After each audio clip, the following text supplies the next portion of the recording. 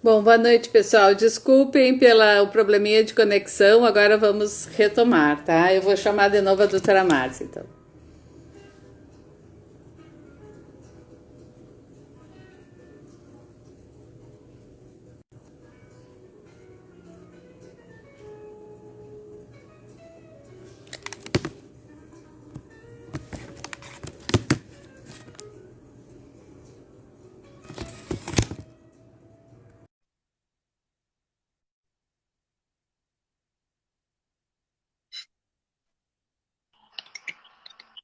Oi, Oi, Márcia, agora deu. Tereza.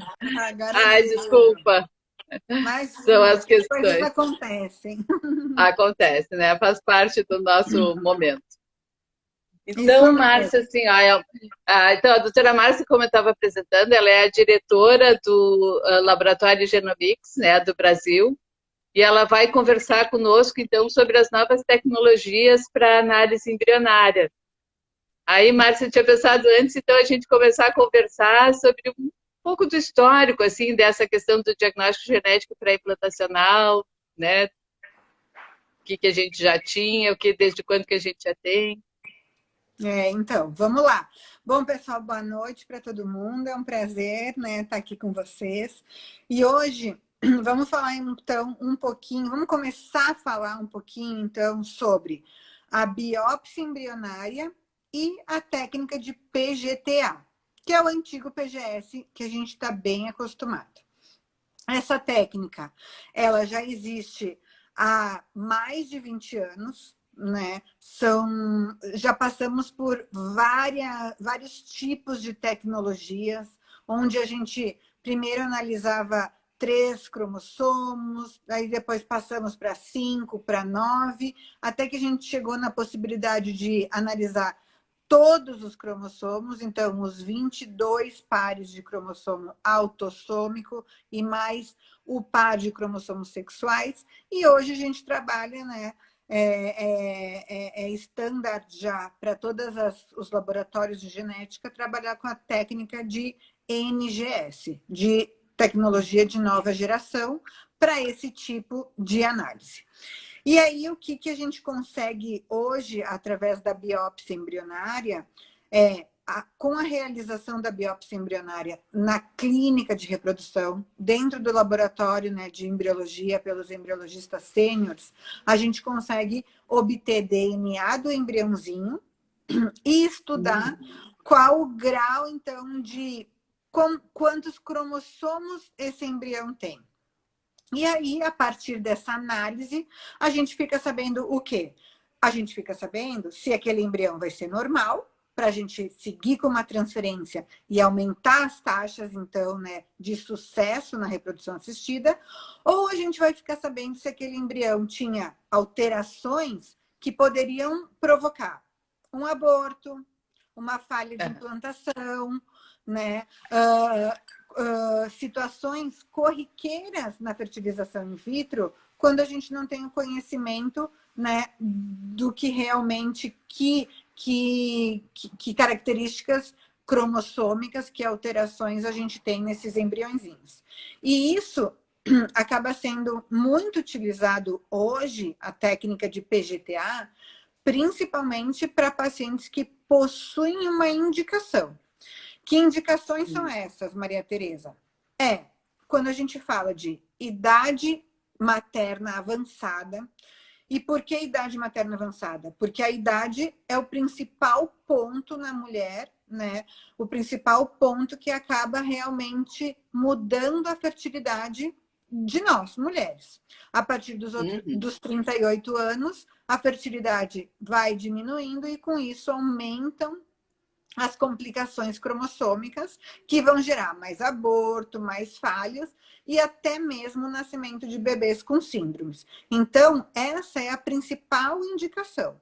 Depois tem aquela indicação para mulheres que têm aborto recorrentes, que a gente sabe que tem aí uma chance maior de ter alterações cromossômicas, e também mulheres que têm falha de implantação, que é quando a gente transfere um embriãozinho num ciclo de fertilização in vitro, mas a gestação não ocorre.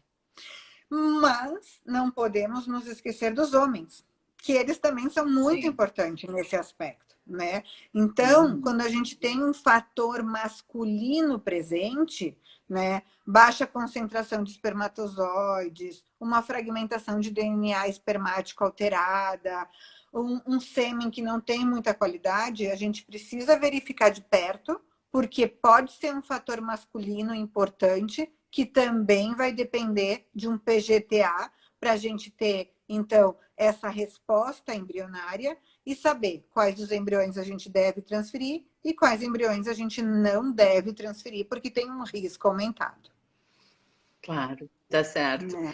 E assim, ó, a técnica atual, a técnica convencional, para a gente obter esse material do bebê, como é que ela funciona, Márcia? Isso é uma dúvida que todo mundo tem, assim, qual é o risco de lesar o embrião por causa disso? Então, hoje, quando a gente trabalha, né, com a biópsia embrionária, a gente tem que estar ciente de uma coisa: risco sempre há, em qualquer procedimento. Mas o que a gente precisa ter e levar em consideração é que nas clínicas que a gente trabalha, né, como por exemplo no Fertilitar, a gente tem um laboratório com embriologistas sêniores que trabalham nesse laboratório e que tem uma prática na realização da biópsia diária. Muitos e muitos e muitos anos eles já fazem isso. Então é óbvio que a técnica vai sendo aperfeiçoada com o tempo. Somente embriologistas sêniores é que fazem essa biópsia. E, devido a isso, o risco para o embrião é mínimo. Claro que sempre tem. Por quê? Porque também esse risco de a gente, né, acabar causando algum defeitozinho no embrião, e na verdade assim, a gente não vai causar um defeito no embrião. Não é que a gente vai estar tirando uma célula do embrião e muitas pacientes perguntam: ah, mas se a gente tirar uma célula, será que a gente vai perder um pedacinho do braço, um pedacinho da perna ou alguma coisa do gênero? Não precisem se preocupar. Por quê? As células que a gente retira do embrião são as células que vão originar a placenta onde aquele embrião vai se desenvolver. Então, não tem nenhum risco de a gente causar um mal para o feto ou para o bebê que vai nascer, né? Mas a experiência do embriologista é fundamental para a gente não ter perda de embriões no processo da biópsia. Outro ponto bastante importante é a morfologia do embrião. Aquela característica, se ele é bonitinho, se ele é feinho, que nota ele tem. Isso também vai influenciar na biópsia, por quê? Quanto mais bonito o embrião, mais fácil vai ser de a gente fazer uma biópsia embrionária. Perfeito. Márcia, assim, ó, entrou um comentário aqui de uma colega até da genética, assim, só para reforçar a questão dos defeitos, né? Então, assim, o risco que existe na biópsia seria de lesar o embrião a ponto de ele não se implantar e não se desenvolver. Né? A gente não tem defeitos congênitos que se possa atribuir à biópsia justamente pelo que tu explicaste. Quer dizer, tem todo o cuidado de biopsiar naquela região que não é aquela que vai desenvolver os órgãos, né, do embrião. É bem na parte dos anexos. Isso. Perfeito. E aqui o ponto importante, né, como ela falou, a gente vai fazer uma biópsia para ver uma certa, um certo grau de informação cromossômica. Mas existem várias outras tipos de alterações que ainda podem ocorrer com o próprio feto dentro da barriga, né, na gestação, nos 9 meses de gestação. Então, tem coisas que hoje, por mais testes que a gente faça pré-implantacional, antes de transferir aquele embrião, a gente ainda não consegue prevenir, porque são defeitos congênitos, coisas que acabam, né, se desenvolvendo com o desenvolvimento do feto. Então, isso ainda não tem prevenção, na verdade. Mas o risco também é igual para qualquer mulher, independente da maneira que fizer, né, um tratamento ou se tiver uma gestação natural e aí adiante. Claro, essa taxa de defeitos congênitos que a gente tem na população em geral, né, que faz parte da nossa natureza. Isso mesmo. E assim, Márcia, assim, ó, qual é a sensibilidade desses testes? O que a gente pode ver num teste para aneuploidias que não vê, né? O que a gente não vê? O que tu Então, comentaria sobre isso? hoje, quando a gente fala de PGTA e biópsia, o que a gente sempre pensa? O quanto esse teste, esse resultado que vai sair, vai ser confirmatório de resposta do embrião por um todo, né? Quando a gente pensa nisso, a gente tem uma série de publicações já, né, existentes, que, inclusive do nosso grupo, que mostram que as taxas de concordância que a gente fala entre o resultado que a gente obteve da biópsia do embrião e o embrião por completo é ao redor de 98%. Então, é uma concordância super alta, né? Para um resultado, para um teste que a gente faz no embriãozinho microscópico para pegar essa amostra, né? Obter DNA e analisar. Então, hoje, essa técnica também, é claro que a sensibilidade, a especificidade varia de laboratório para laboratório, mas hoje as novas tecnologias nos proporcionam quase que para a maioria dos laboratórios essas sensibilidades. Perfeito, perfeito. E assim, então eu acho que tu podia nos contar um pouquinho do que tem de novidade vindo por aí, né? Como é que são essas novas possibilidades? Isso. E aí, na verdade, assim, quando a gente fala de, né, testes pré-implantacionais, a gente também precisa pensar que será que poderia ter um teste? Será que poderia ter uma nova ferramenta que pudesse auxiliar todas as pacientes que estão fazendo reprodução assistida e não só essas que eu comentei que têm uma indicação de realizar um teste genético? E aí, pensando nisso, a gente também, né, foi atrás cientificamente e publicou, então, um paper há menos de um mês, conseguindo o quê? Conseguindo obter DNA, então, material genético do embrião, no meio de cultura onde esse embrião se desenvolve no laboratório.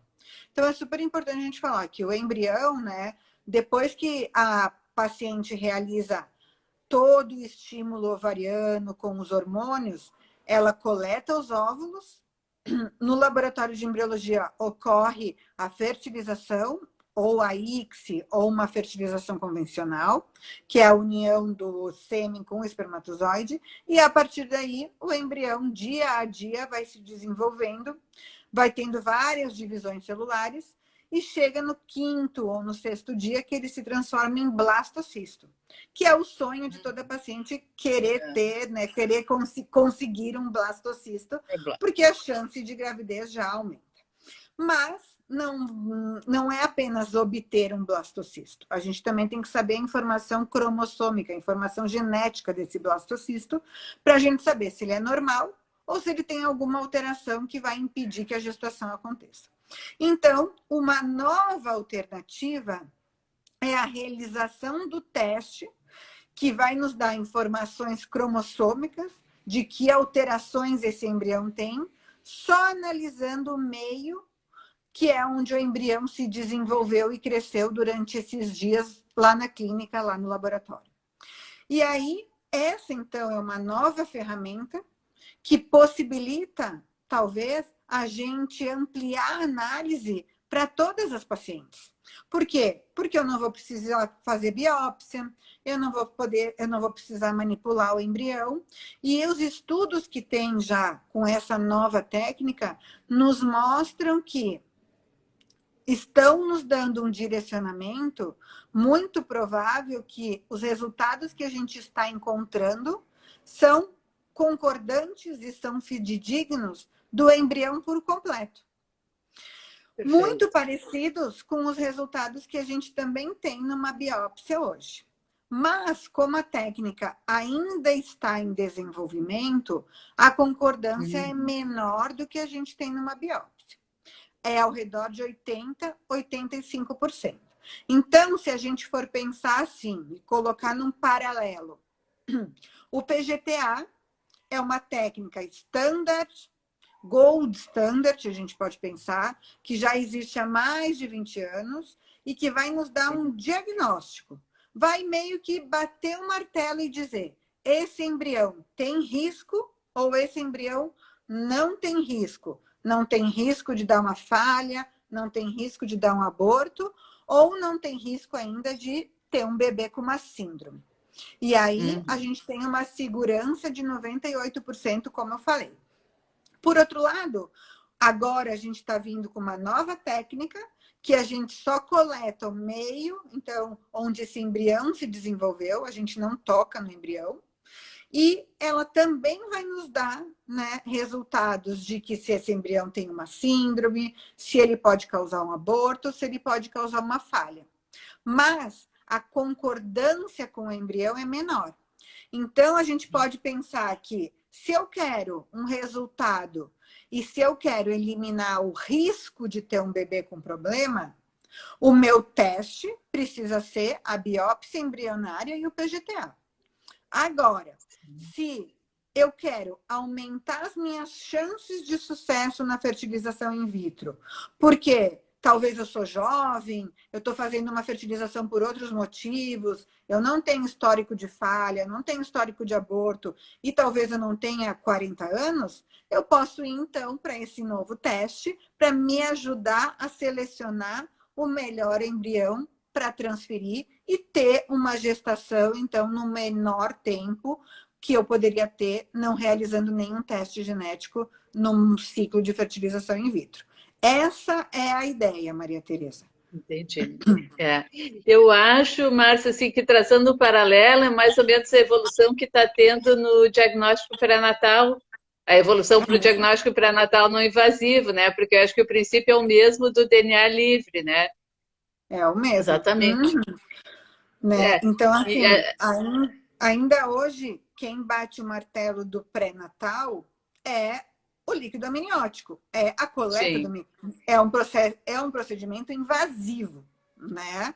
Mas a gente já tem um novo teste, que nem é tão novo assim, porque já faz, né, também anos que está no mercado, mas ainda é um teste que pode ser utilizado como um rastreamento para todas as pacientes, porque a partir daí a gente vai saber qual que a gente poderia direcionar realmente para fazer o procedimento invasivo, né? Perfeito. E não e com isso as taxas e a porcentagem de pacientes que vai acabar fazendo um procedimento invasivo porque tem um risco maior, tanto para a mãe quanto para o feto, acaba sendo bastante reduzida, né? É como se a gente passasse num filtro, é como se a gente passasse numa peneira.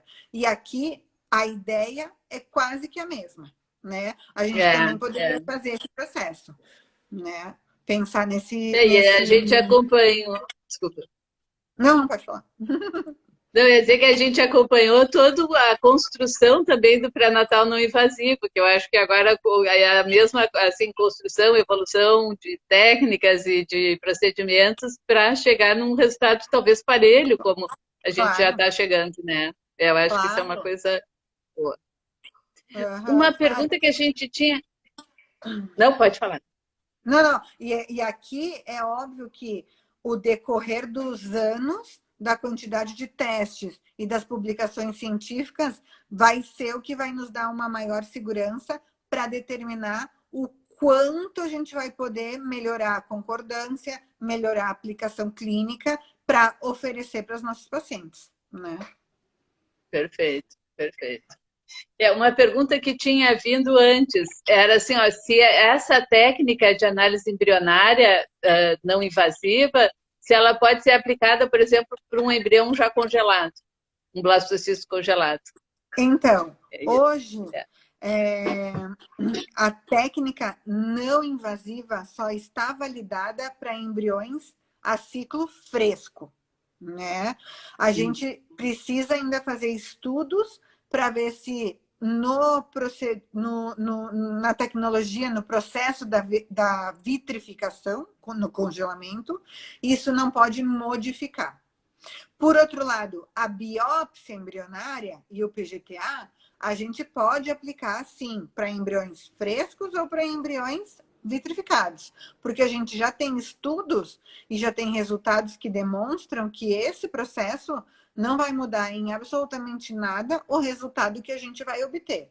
Aqui, o principal ponto é a gente precisa ter um embrião de boa qualidade para que ele congele, descongele, seja biopsiado, talvez congele de novo e ainda implante se ele for normal, né?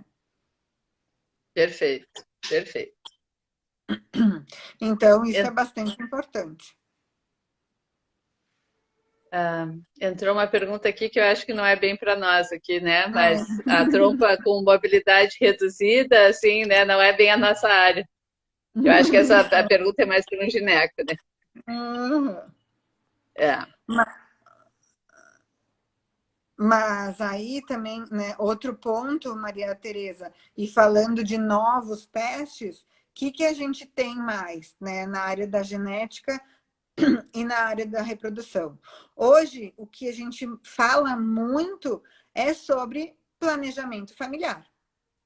Né? E os riscos que existem num histórico familiar que a gente talvez não conhece, num processo de ovo-doação, ou quando a gente tem uma compatibilidade genética porque o casal é consanguíneo, então eles são parentes, né? Primos de alguns graus, né? Ou tem um parentesco no meio. Isso também é bastante importante e está sendo bastante discutido, né, atualmente. Então, pensando nisso também, hoje a gente tem vários testes. Olha aí, alguém está falando, o Renato está falando assim, a gente tem vários testes, né, para a gente fazer um screening, um rastreamento no casal e saber se esse casal tem um risco aumentado ou não, seja de alterações recessivas que o casal precisa ter, né, as duas, para desenvolver, então, para ter uma chance aumentada de ter um filho com problema, seja algumas alterações dominantes, né, seja também painéis de oncologia, porque tem, que nem alguém falou aqui, BRCA 1 e 2, que a gente sabe que passa de geração, pode passar de geração para geração. Então, isso tudo hoje a gente também pode estudar previamente no casal, para, junto com o aconselhamento genético, né, Maria Tereza, ver a melhor forma de orientar esse casal para uma gestação, para um ciclo de FIV e etc. Né? Isso é bastante importante. Entraram duas perguntas mais ou menos relacionadas, tá? Uma é se é possível oferecer diagnóstico pré-implantacional, teste pré-implantacional para mutação em BRCA1. E a outra pergunta é se os procedimentos de análise embrionária não invasiva também vão ser úteis para o PGTM, que é o teste genético pré-implantacional para as doenças monogênicas. Então, se tu pudesse responder numa... Hoje, a gente pode sim fazer um teste genético pré-implantacional para BRCA1 e BRCA2, né? O que a gente precisa fazer o rastreamento, então, na paciente, sabendo que existe uma mutação que é patogênica, aquela mutação que pode vir a provocar o câncer, né? A gente pode detectar a mesma mutação nos embriõezinhos, e aí a gente pode sim, né, fazer uma seleção de quais os embriões vão transferir. Mas aqui é muito importante a gente associar o aconselhamento genético, porque não significa que ter uma mutação do BRCA, seja 1, seja 2, ou qualquer outra mutação relacionada ao câncer, significa que a gente vai desenvolver um câncer futuramente. Então, nesse contexto, é muito importante a gente ter o assessoramento genético conectado para a gente saber realmente, né, os riscos e os benefícios e quais embriões, então, a gente deve ou não deve transferir. Por outro lado, a realização do PGTM, então, né, que é o diagnóstico de doenças monogênicas, doenças raras, enfim, hereditárias, como quiserem chamar. Ainda hoje a gente não tem como fazer essa análise. Por quê? porque todos os resultados que existem de diferentes grupos que estão estudando isso não nos dão uma precisão grande quanto ao diagnóstico, né? Eles estão supondo que poderia existir algum resultado. Quando a gente fala de doença monogênica, doença rara, doença hereditária, a gente não pode supor. A gente tem Claro, que estar batendo martelo quase, né? A claro, gente tem que estar claro. trabalhando com técnicas, com tecnologia que nos deem um diagnóstico, o maior diagnóstico e o mais preciso, o mais concordante possível, porque a gente tem que pensar que a gente está fazendo esse teste para prevenir o nascimento de uma criança com uma doença rara que muitas vezes a gente já viveu ou está vivendo na nossa família. Então, Sim. como aqui o objetivo é prevenção também, a gente, hoje, atualmente, não existe nenhum laboratório que está oferecendo esse teste. Existem várias pesquisas relacionadas a isso, mas ninguém conseguiu ainda, né, sucesso para nenhuma doença em si. Então, Isso, isso só para ficar bem claro, assim, ó, pela técnica essa de não invasiva, porque não pela invasiva. biópsia do embrião isso já está bem estabelecido, né, Márcia? Isso. E uma coisa assim, ó, que eu acho bem importante também de comentar, a diferença entre um PGTA, quer dizer, um teste para doenças cromossômicas, aneuploidias, e um teste para doença monogênica, né? Porque para as doenças cromossômicas é um teste padrão, já para as monogênicas é bem diferente. A Isso, preparação, né? A construção do isso. protocolo. Isso, o PGTA, né, o teste para alterações cromossômicas, ele é, hoje a gente poderia considerar um teste de rotina para muitas clínicas de reprodução assistida, até porque a grande maioria das pacientes que buscam, né, uma clínica de reprodução assistida são pacientes que têm mais de 38, 39 anos, têm fatores de infertilidade que são aborto, falhas, então são pacientes que têm uma indicação. Até alguma paciente aqui perguntou, mas se eu não tiver indicação, eu posso fazer o teste? Pode fazer o teste, sim, tá? Hoje não tem nenhum problema realizar ou não realizar o teste, né? Sabendo dos riscos e dos benefícios, qualquer paciente pode vir a realizar o teste. Agora, quando a gente está falando de um PGT-M, que está ligado a doenças monogênicas, doenças raras, é bem diferente. Por quê? A gente só vai estudar aquela doença em si se a gente tiver histórico de que o casal tem alguma alteração que pode vir a provocar aquela doença, ou na família do casal alguém tem a doença, ou até mesmo o casal já perdeu uma criança com alguma suspeita de alguma doença. Então, diante dessas três situações, a gente precisa primeiro ter a certeza absoluta de que doença que a gente está falando e de qual é a alteração genética, né, no DNA que está provocando aquela doença. No momento que a gente conseguir diagnosticar isso no casal, na família e etc., é aí que a gente passa para o laboratório, então, de genética, para a gente conseguir confeccionar o que a gente chama de uma sonda, confeccionar uma maneira, né, uma marquinha de que a gente vai conseguir ver, literalmente ver no embrião, quais os embriões que têm a mutação e quais os embriões que não têm a mutação, ou quais os embriões ainda que são somente portadores de uma mutação, mas não são doentes pela mutação. Por quê?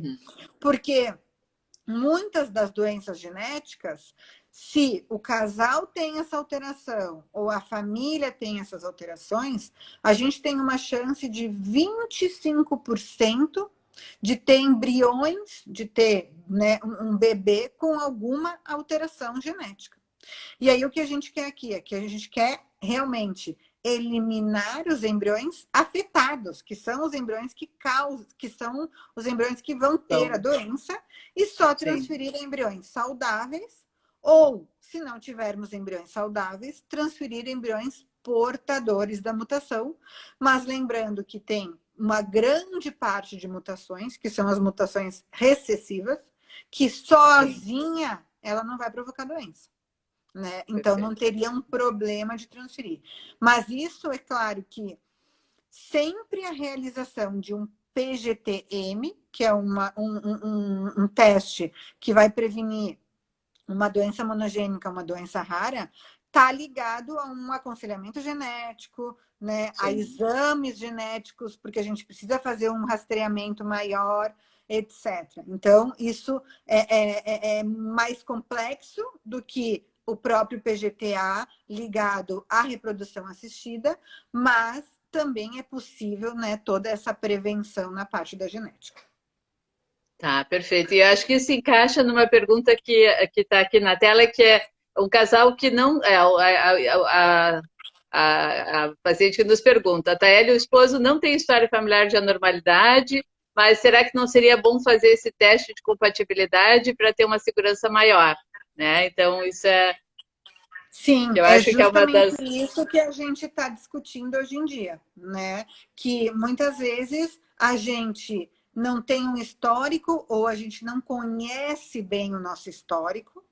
E aí, a única maneira de talvez a gente se conhecer um pouco mais geneticamente seria fazer esses testes de compatibilidade. Porque a ideia do teste é eu ter o meu resultado, o meu marido ter o resultado dele, ou eu ter o resultado de uma doadora. Quem está fazendo ovo doação também é bastante questionado isso, e eu ter o resultado do meu marido para a gente cruzar esses resultados. E no momento que a gente cruza esses resultados, que a gente faz o matching, que a gente chama, é que a gente vai descobrir, olha, eu tenho mutações, o meu marido também tem alterações, mas se não forem as mesmas, não tem problema algum. A Sim, gente segue a vida normalmente e ninguém vai ficar doente, não vai acontecer absolutamente nada nesse contexto genético. Agora, se eu fiz o teste e o meu marido fez o teste e a gente encontra a mesma mutação, é aí que a gente tem que ligar o alerta vermelho, né? Porque, opa, a gente tem um risco aumentado de ter um bebê com aquela doença relacionada àquela mutação. E a gente pode sim prevenir. Se eu estou falando de um sim. casal, a gente tem como fazer a prevenção através do PGT monogênica, o PGTM. Uhum. Agora, se eu estou falando de um tratamento com ovo doação, o que eu vou fazer? Trocar o marido ou trocar a doadora? É mais fácil a gente trocar a doadora, Trocada. né? Porque a gente É, está trabalhando com um banco de óvulos normalmente. Então, essa é a ideia, né? É a gente sim, prevenir, porque querendo ou não, as doenças raras, as doenças monogênicas, têm uma parcela importante na nossa saúde, né? E o sim. que é, o que eu acho que é mais importante quando a gente está falando de doença rara e doença monogênica é que essas doenças elas não têm cura, né, Maria Tereza? Elas têm Uhum. tratamentos, alguns tratamentos, mas elas não têm cura, e aí acaba, né, que muitas, o sofrimento e a porcentagem de complicações são muito grandes, né? É. Eu acho que assim, existe uma grande tendência nesse sentido de ampliar a investigação de portadores, né? Isso que tu comentaste, todos nós temos variantes no nosso genoma aí, e claro, o risco é quando se encontrar portadores, né, de variantes no mesmo gene, para a mesma Isso, condição, né? E isso acho que é mesmo. importante isso, ó, mesmo não tendo parentesco, a gente sabe que tem populações de risco maior, né? Assim, Ah, algumas etnias, algumas ancestralidades, que daí realmente o teste fica quase que fundamental, assim, né?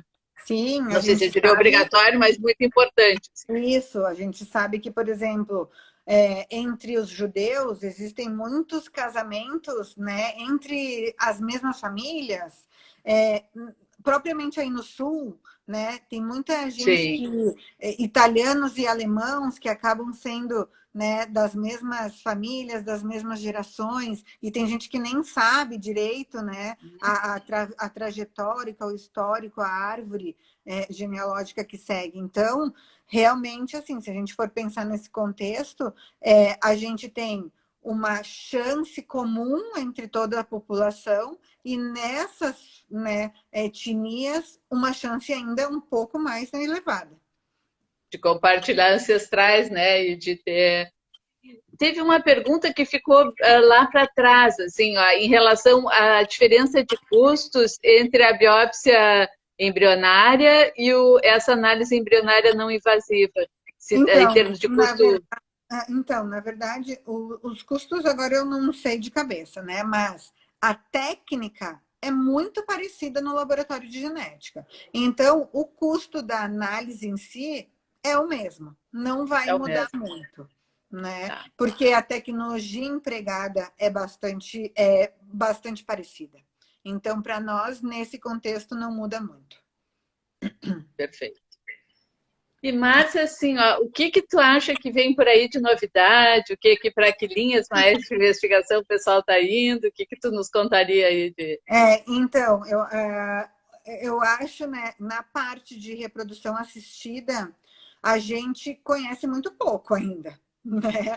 Apesar de a gente ter bastante informações sobre o embrião e sobre o endométrio, a gente conhece muito pouco do porquê não dá certo uma gestação.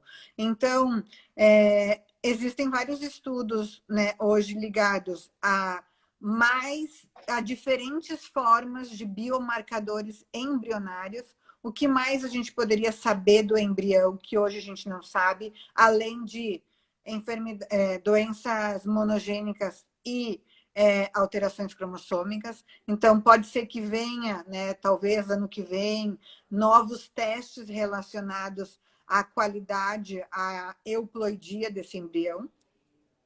Pelo lado, né, pelo lado já pensando a nível mulher, útero, endométrio, existem hoje testes que nos dão respostas de se ele é receptivo ou se ele não é receptivo, se ele está equilibrado quanto à microbiota ou se ele não está equilibrado, que bactérias estão atuando, que bactérias não estão atuando.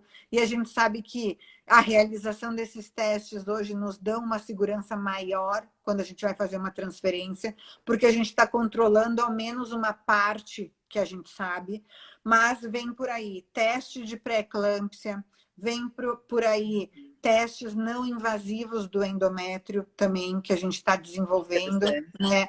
Porque a ideia, na verdade, eu acho que daqui para os próximos 5 anos, personalizar o máximo possível para a gente ter o teste conforme a necessidade da paciente e ser o mais não invasivo possível também. Então, aqui a gente vai, né, a gente está lidando com novos testes que vai ser a personalização conforme o fenótipo, conforme a necessidade que a paciente nos mostre e o menos invasivo possível para a gente né, não perder em absolutamente nada o que a gente tem hoje, né, de que talvez seja o mais sagrado, que são os embriõezinhos que a gente consegue aí de muitas mulheres, né? Isso que vem por aí. Uhum. Eu acho que temos bastante coisa ainda pela frente, né? Sim, a gente tem muita coisa pela frente, né? A gente tem que pesquisar muito ainda, a gente tem muitas respostas, né, que a gente precisa responder, porque a gente não sabe, a gente sabe muito, mas muito pouco de realmente como uma gestação ocorre, né? E aí, às vezes, a gente se depara com pacientes, mas eu fiz todos os testes genéticos que tinha no embrião, eu fiz todos os testes genéticos que tinha no endométrio, eu fiz todos os testes hormonais que tinham antes de começar o ciclo, enfim, me preparei, me preveni, etc., e não deu certo.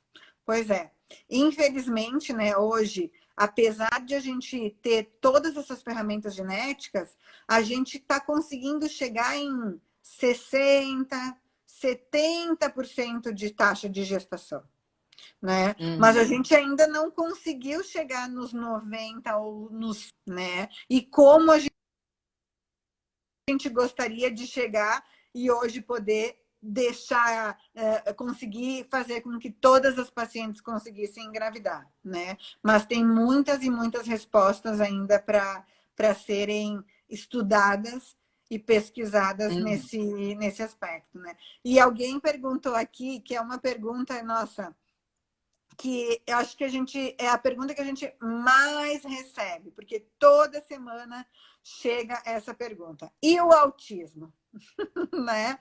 Porque o autismo ainda é aquele bicho de 7 cabeças, né? E, infelizmente, a gente ainda não tem respostas de como prevenir esse autismo. Então, isso também é um ponto muito importante. A gente pode fazer todos os testes genéticos que a gente quiser, a gente pode fazer o painel nos pais, a gente pode fazer a biópsia no embrião, a gente pode fazer o estudo não invasivo, enfim, a gente pode fazer tudo, mas infelizmente para o autismo ainda a gente não pode fazer nada. Continuamos de mãos atadas, né, Maria Tereza? Exatamente, E por que a gente está de mãos atadas ainda? Porque a gente não conseguiu descobrir qual é aquela alteraçãozinha que realmente faz com que o autismo aconteça. Por quê? Porque o autismo pode acontecer por genética, pode acontecer por alguma coisa que ocorreu na gestação, pode acontecer por algo que ocorreu nos primeiros meses ou anos de nascimento, enfim. Nesse contexto, a Maria Tereza até pode falar muito mais do que eu sobre a clínica do autismo, mas infelizmente hoje a gente não tem ferramentas para prevenir. O que aumentou muito, né, Maria Tereza, são as ferramentas para diagnosticar. Sim. Mas sabe que é sempre uma coisa que a gente comenta com os pacientes em geral, assim, quer dizer, às vezes no consultório de genética é muito comum a gente fazer uma extensa investigação na criança que está ali na nossa frente e não conseguir chegar num marcador genético. Então, na verdade, é uma condição muito heterogênea e realmente é uma das grandes preocupações, né? Se a gente não tem um marcador biológico, não tem como procurar isso num embrião, né? Eu acho que isso é uma coisa também bem importante de ficar assim claro, né? E eu acho que isso é uma outra questão, por mais que a gente avance, tem condições que nem, inclusive, se manifestam no material genético, né? Tem outros mecanismos aí que a gente ainda tem que compreender melhor, né, Mari? Por isso que eu sempre falo, né? Aqui, hoje, a gente está trabalhando com ferramentas genéticas que são possíveis de a gente prevenir alguns pontos. E a gente está falando, talvez, de coisas básicas ou mínimas. A gente nunca pode prometer e a gente nunca pode falar que a gente está fazendo tudo para a gente ter certeza absoluta de ter um bebê saudável em casa. Não. A gente está trabalhando com ferramentas dentro da monogênica, dentro das doenças cromossômicas, e nessas linhas a gente está prevenindo. Mas existem várias outras, né, possibilidades que podem acontecer e não tem a ver com genética ou cromossomo. Então, isso é bastante importante, porque às vezes a gente já teve casos, né? Ai, mas eu fiz o PGTA e aconteceu isso. Eu ia fazer não sei o que e aconteceu aquilo. É claro que a proporção de bebês que podem nascer com problema, seja numa gestação natural ou seja fazendo uma reprodução assistida, um ciclo de fertilização in vitro, é o mesmo. Isso também é outro ponto bastante importante. Esse é outro ponto importante. A gente não tem nada comprovado cientificamente hoje que nos diga que qualquer técnica, né, vai aumentar a porcentagem, vai aumentar a chance de um bebê ter alguma doença. Isso não está comprovado. Então, assim, usar os hormônios, né, que é uma dúvida grande das pacientes. Ai, mas é muito hormônio, será que vai? Não vai acontecer nada. Né? A gente não tem respaldo científico para isso. Será que o laboratório? Não. O embrião pode se desenvolver no laboratório também, que não tem problema. Hoje a gente tenta fazer o máximo possível para tentar assimilar ou igualar tudo no laboratório conforme era lá dentro do útero, lá dentro das trompas. E a biópsia também não vai fazer mal, não vai causar um dano, né, no embrião e assim sucessivamente. Então, isso é super importante também. Perfeito. Eu vi aqui uma questão sobre atrofia muscular espinal também, né? Se um casal que teve um bebezinho que faleceu, se é possível com uma biópsia ter um filho saudável para essa condição. É bem Isso, possível, né, Márcia? Entrar isso. naquilo que a gente estava justamente conversando. Entra E dentro das fundamental, doenças. né? Isso, É. entra E ainda. fundamental aí, nesse caso, a avaliação genética, né, desse Com casal, né? certeza. Com certeza, Ai, que aconselhamento legal. genético super indicado para esse casal, porque pode sim, né, ter uma chance grande disso se repetir, e a gente tem como prevenir, sim. E aí, antes de a gente terminar, né, Maria Tereza, alguém perguntou aqui Aham, sobre as chances de transferir um embrião alterado. Primeiro lugar, né, a gente precisa pensar muito. Qual o nosso maior objetivo quando a gente está fazendo um teste genético no embrião? É eliminar os embriões alterados, porque eles vão nos dar um risco de ter um bebê com uma síndrome, de ter um aborto, de ter uma falha. E aqui, desses três, o menos pior, eu diria, que é ter uma falha. Porque é quando tu sim, transfere o embrião e ele não implanta, ele não gruda no endométrio. Agora, ter um aborto, né? Muitas pacientes já me disseram, é óbvio que cada experiência é terrível, ninguém quer ter um novo aborto, e sem falar num bebê com uma síndrome. Então, quando eu já estou fazendo um teste para prevenir isso, principalmente, eu nem preciso pensar em transferir um embrião que me deu alterações.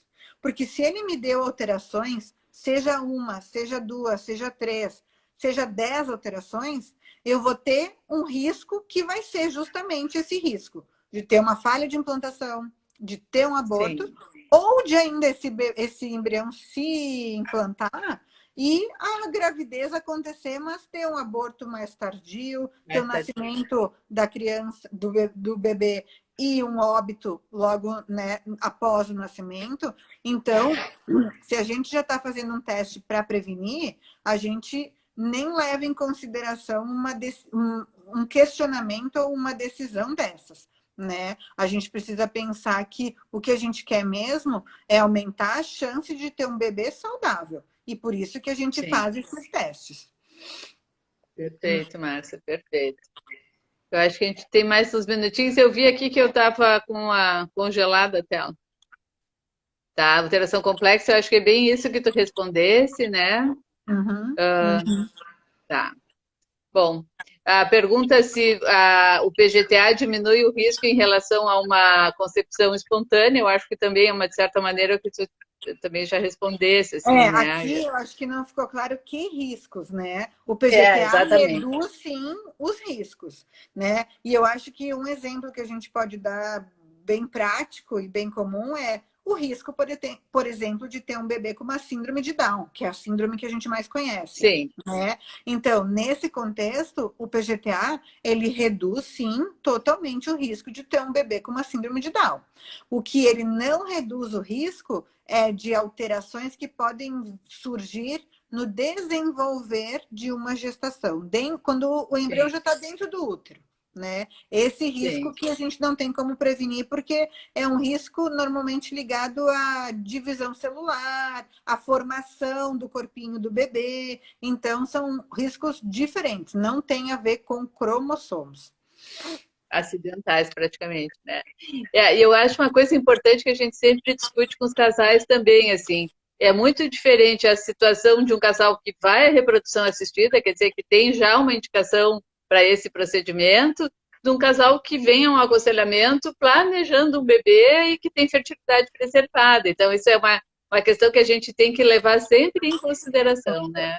Com certeza, Então, com certeza. assim, as avaliações de indicação, inclusive, são diferentes, né? Não... Sim, e aqui, né, alguém perguntou aí, né, quais as indicações, então só para a gente lembrar Exatamente. bem, quando a gente está falando de uma doença rara, de uma doença genética, algo que a gente tem aí familiar e etc., a gente está falando de que precisa de um aconselhamento genético. né? Por quê? Porque vai envolver mais testes, vai envolver a gente fazer todo um estudo da familiar, a gente vai precisar detectar qual a alteração e a gente vai fazer, então, um teste dirigido para aquela doença em si.